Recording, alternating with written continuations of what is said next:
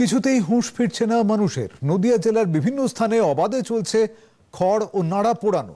ধোঁয়ার দাপটে নাজেহাল কৃষিক্ষেত সংলগ্ন এলাকার বাসিন্দারা। সরকারি নির্দেশের তোয়াক্কা না করেই চলছে এই কাজ। এতে পরিবেশের যেমন ক্ষতি হচ্ছে, তেমনি কৃষি জমিতে থাকা উপকারী জীবাণুও মারা যাচ্ছে। নষ্ট হচ্ছে জমির উর্বরতা। ফসল কাটার পরে বহু জমিতে পড়ে থাকা অবশিষ্টাংশ পোড়ানোর ফলেই এই সমস্যা তৈরি হচ্ছে।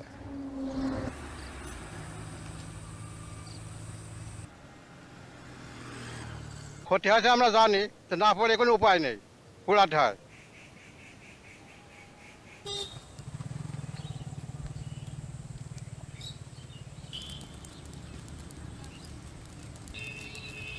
এখান থেকে আমাদের অনেক বিপদ আছে, দু রকমের বিপদ। একটা, জমিতে যে সমস্ত উপকারী ব্যাকটেরিয়া আছে, জীবাণু আছে, সেগুলো তো এই তাপে মারা যাবে। এবং আরেকটা হচ্ছে বাতাসে অনেক ক্ষতিকর গ্যাস বেরোচ্ছে, যেটা পরবর্তীতে আমাদের গ্রিন হাউস এফেক্ট বলুন বা অন্যান্য ক্ষতিকর যে সমস্ত রাসায়নিক বেরোচ্ছে এখান থেকে, তার সঙ্গে মিশে যাচ্ছে, মিশে আমাদের বায়ু দূষণ করছে। এবং এছাড়াও আরো অনেক ক্ষতিকর দিক এখানে আছে। তো এটার জন্য আমাদের যেটা করণীয় সেটা হলেই নাড়া পোড়াটা বন্ধ করা, এবং এটা আইনগতভাবেও নিষিদ্ধ।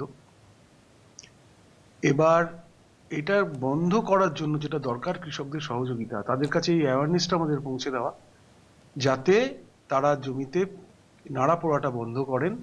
তাই তার নিজেরও লাভ এবং পরবর্তী প্রজন্ম যারা পৃথিবীতে থাকবেন তাদের জন্য।